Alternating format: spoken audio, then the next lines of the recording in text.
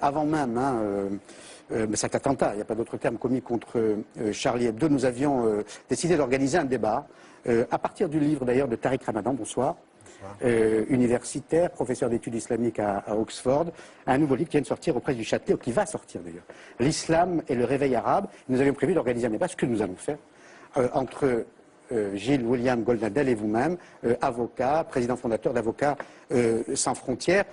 Donc on va en parler, mais je voudrais avoir votre réaction sur l'incendie des locaux de Charlie Hebdo et surtout les menaces. Bah écoutez, elles sont claires. Les menaces, il faut les condamner. L'incendie, il faut le condamner. Toute atteinte à la liberté d'expression, il faut la condamner, sans condition. Donc ça, je le dis et je le répète. En ayant deux débats. Un, c'est celui que vous posez, quelle attitude avoir. Et donc ceux qui ont fait ça ne représentent absolument pas les Français de confession musulmane. La majorité, la quasi-unanimité des Français de confession musulmane condamnent ce qui s'est fait contre le journal. Et donc que là, les propos doivent être clairs et entendus en France aujourd'hui. Maintenant, il y a un autre débat qui concerne le traitement et l'humour. Pour moi, c'est, je veux dire, je condamne ceci, puis ensuite je regarde Charlie Hebdo en face et je me dis que c'est un humour tout à fait discutable. Mais je vais même plus loin. Je dirais qu'aujourd'hui, vous frappez là où il est facile de frapper. C'est un peu un humour de lâche. C'est-à-dire qu'aujourd'hui, l'islam, ça fait vendre, que vous touchez. Vous n'iriez pas, par exemple, faire à Charlie Hebdo une sur ce qu'a défendu M. Goldnadel, un avocat, lorsqu'il est intervenu contre une chaîne publique française, contre la liberté d'expression des journalistes, en disant que c'était absolument scandaleux de couvrir ce qui se passait en Israël de cette façon-là. Monsieur Ramadan... Non mais laissez-moi terminer. Juste un point, c'est pour vous dire que autant il faut avoir une position de principe ferme, intellectuellement, et ça vous devez l'entendre, ce que vous êtes devenu, Charlie Hebdo, n'est pas ce que vous fûtes. Ce que vous êtes maintenant, c'est aujourd'hui dans le courant qui est tout à fait dans le sens de pouvoir alimenter jusqu'à ce que dit Marine Le Pen. Pour vous répondre simplement, parce qu'il parle de M. Goldnadel qui est juste là. Vous ne nous avez jamais menacé de procès, vous ne nous avez jamais poursuivi. Je le ferai jamais. Vous le ferez jamais.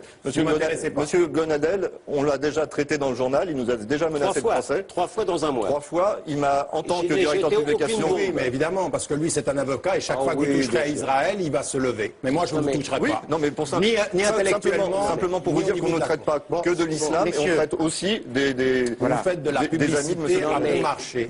C'est pas bon marché, non. Non, mais très bon marché. Non, c'est pas bon marché du tout. Monsieur Goldnadel. Les locaux dans le 20e, c'est pas bon marché, même si c'est dans un quartier populaire, monsieur Rien à Ramadan. voir, mais c'est un argument assez... Oui, vous allez... Allez, s'il vous plaît. je trouve un peu particulier, monsieur Ramadan, que vous puissiez dire aujourd'hui que Charlie Hebdo ait pratiqué un humour de lâche. Parce que le simple fait de montrer la figure du prophète, c'est déjà prendre un risque. Le Christ, par exemple, que les musulmans... C'est marrant que vous parliez du Christ. Pourquoi vous ne parlez pas de l'État d'Israël et de votre façon d'aller contre la liberté d'expression, monsieur? Pardon. Vous voulez que je vous parle de mon travail sur Israël dans Charlie Hebdo? Non, mais attendez, je vous explique les reportages que j'ai fait en Palestine, dans la bande de Gaza. Vous êtes allé dans la bande de Gaza forcer les barrages israéliens? Si je peux continuer quand même. Vous allez me dire qu'aujourd'hui vous êtes devenu pro-palestinien. Si je peux continuer, c'est bizarre cette obsession sur Israël. Vous autorisez... C'est parce que vous êtes en face de moi. C'est bizarre. Vous autoriserez un avocat français de considérer qu'aujourd'hui, la religion la plus calomniée en France, c'est pas la religion islamique, c'est pas la religion juive, c'est la religion chrétienne. C'est ainsi. Alors si je le dis, j'ai encore le droit de le dire. Ensuite, vous avez fait allusion. C'est faux. Vous avez, bien sûr. Vous avez fait. Pardonnez-moi, mais la semaine dernière, nous organisions un débat ici même entre des intégristes catholiques et le directeur du théâtre du Rond-Point, Jean-Michel Ribes, parce que les intégristes catholiques critiquent très sévèrement la représentation du Christ dans une pièce. Je pensais par exemple au Christ plongé dans l'urine, l'histoire de Pisse Christ. Oui. Il y a beaucoup de choses qui sont peut-être contestables, mais qui n'ont rien à voir avec jeter des bombes. Là où je rejoins... Mais comment vous savez que c'est des musulmans qui l'ont fait? Mais je dis simplement jeter les bombes. Vous savez déjà? Et je dis qu'il n'y avait pas de quoi. Et je dis que c'est ces musulmans? Et je dis qu'il n'y avait pas de quoi fouetter ni un chat, ni un chien d'infidèle. Dans ce qu'avait fait Charlie Hebdo. Voilà la situation. Mais là où je rejoins, mais vous avez une curieuse façon de laisser parler les gens. Là où je rejoins Monsieur Ramadan, c'est qu'effectivement, ça ne me gêne pas. Vous savez, si vous dites qu'il pleut et qu'il pleut, ça ne me dérangera pas que de vous dire que vous avez raison. Là, je dis que vous avez tort. Bien, simplement, c'est un fait et ça montre que les islamistes, ne vous en déplaise, sont en perte de vitesse dans notre pays. C'est la remarquable réaction des musulmans en France, en ce compris d'ailleurs les musulmans représentatifs comme M. Moussaoui, qui ne s'est pas embarrassé de distinguos subtils comme M. Ramadan, qui a condamné strictement et simplement l'attentat. Je pense aussi à l'imam Chalgoumi, qui est un musulman tout à fait tolérant et qui a condamné sans réserve et sans faire une première partie et une deuxième partie. Mais comment pouvez-vous, monsieur, vous êtes un avocat, comment pouvez-vous, devant autant de monde, faire semblant de ne pas entendre ce que je viens de dire? La condamnation, elle est radicale et totale. Vous l'avez entendu, ça? Et maintenant, il y a une deuxième, c'est une deuxième question. De lâche. Et après, vous avez traité la victime de lâche. J'ai le droit d'évaluer l'humour. Bien entendu.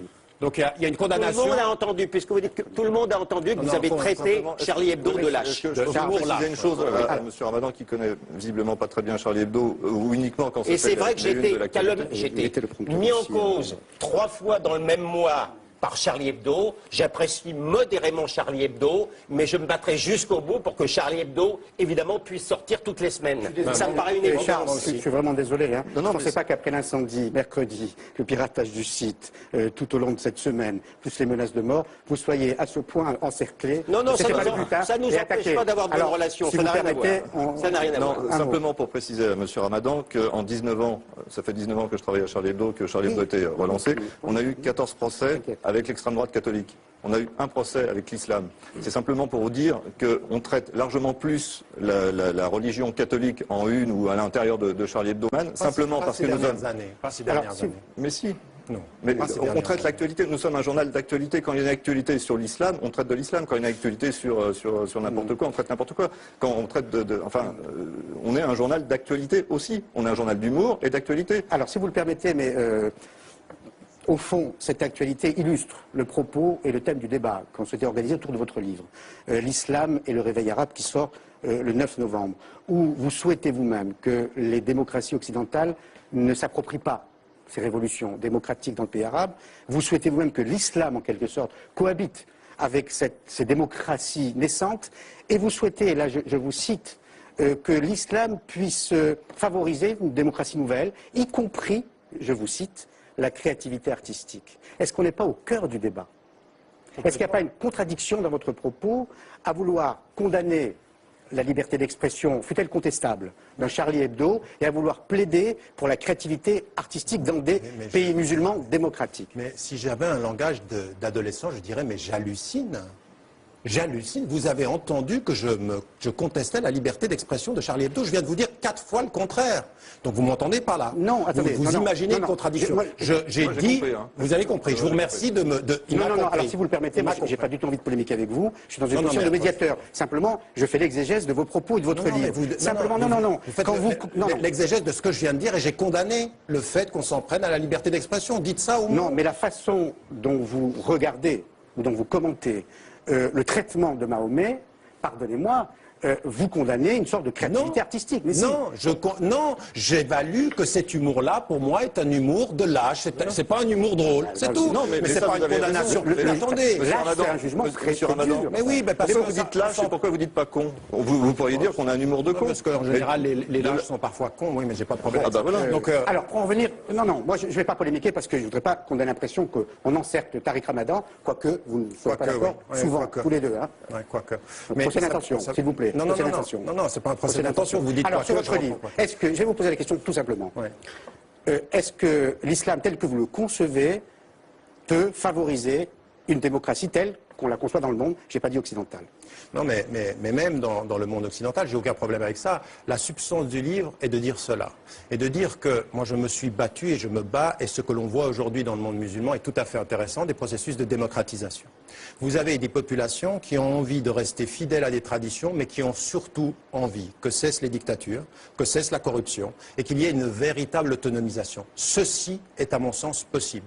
Et non seulement c'est possible, mais les peuples sont en train, jeunes, moins jeunes et femmes, parce que les femmes sont très impliquées dans les processus de soulèvement, sont en train d'aujourd'hui de montrer qu'il est possible de rester musulman et de défendre les valeurs que nous chérissons. Et c'est ceci que je dis comme étant très important. Et la liberté artistique, ce que je dis, c'est que le monde arabe aujourd'hui est en crise pour deux raisons. Vous savez, ce qu'on est en train de voir, et même dans le débat qui est en France, est installé en France sur la polarisation entre les laïcs et les islamistes, pour moi je dis que c'est un énorme piège dans les sociétés majoritairement musulmanes, qu'il faut qu'elles sortent de cela et qu'elles aillent vers une troisième voie, à savoir que en restant musulmanes, parce qu'elles sont majoritairement musulmanes, elles aient vers une ouverture politique, économique et en même temps culturelle. Et ça, c'est possible. Regard occidental sur cette émergence de démocratie? Écoutez, moi, dès le départ, et quand j'ai commencé à le dire au début de ce qu'on a appelé le printemps arabe, dès l'instant, on n'était pas extatique par rapport à ce qui se passait, on était déjà un peu rabroué. Je suis de plus en plus pessimiste par rapport à ce que je vois. Sur le papier, ce que dit M. Ramadan, comme souvent, c'est excellent. Seulement, lorsqu'on voit ce qui s'est passé en Tunisie avec le parti islamiste Ennahda, davantage encore à ce qui s'est passé en Libye, avec l'instauration possible de la charia, les frères musulmans en Égypte, on a le droit d'être pessimiste, parce qu'en dehors des fantasmes et des rêves de papier, on sait bien quelle est la pratique de l'islam politique jusqu'à maintenant. Ça, on le sait, ce ne sont pas des divagations. On sait ce qu'a été le Soudan islamiste, qui est génocidaire. On sait l'expérience du Nigeria aujourd'hui dans le monde. Dans le nord du Nigeria, il y a la charia.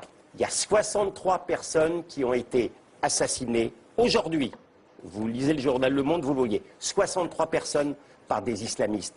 Le Hamas, qui est l'émanation plus ou moins des frères musulmans à Gaza, dès l'instant où il a eu une structure à Gaza, c'était la fin de la liberté pour les femmes.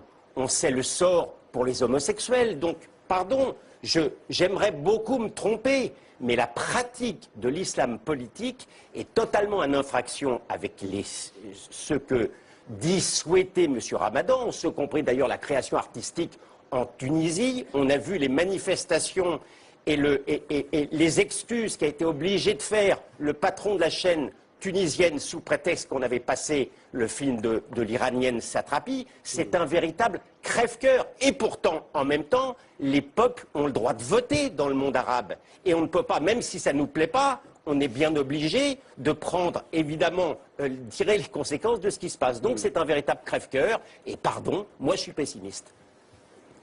Moi, je me suis engueulé avec ce monsieur sur des plateaux de télé parce que j'étais pas d'accord et j'étais optimiste. Voilà. Ben, moi, ce que j'aimerais dire par rapport à ça, je pense qu'il y a un certain nombre de questions qu'il ne faut pas éviter. C'est-à-dire que l'islam politique, d'abord, n'est pas mort aujourd'hui. Il faut reconnaître une chose, c'est que sur les 30 dernières années, il y a des évolutions. Souvenez-vous, en Turquie, on disait, au moment où arrivait Erdogan, ce sont des islamistes, ça ne va pas marcher. Il y a eu une évolution. Ce que je crois qu'il faut faire, c'est parier aujourd'hui que dans le débat, on a même vu Moncef Marzouki, qui est un laïc, dire il faut que nous entrions dans un débat. Il faut qu'il y ait un débat critique et que nous donnions la chance à ces dynamiques-là de montrer qu'elles sont véritablement démocrates ou non. Mais on ne peut pas, depuis Paris, décider que les peuples votent mal parce que ça ne nous plaît pas. Il faut, de ce point de vue-là, respecter ces... On peut dire qu'on n'est pas d'accord. Mais l'exemple que vous prenez, M. Ramadan, le problème, c'est que l'exemple que vous prenez, vous n'en avez malheureusement pas beaucoup d'autres à votre actif, c'est un faux exemple, parce que la Turquie, c'est encore aujourd'hui un pays laïque, d'une part, et puis d'autre part, il ne faut pas non plus rêver sur l'exemple turc, c'est pas non plus exceptionnel. Donc, malgré tout, vous n'avez pas véritable d'exemple pratique à nous opposer. Si vous parlez du monde arabe, j'en ai pas.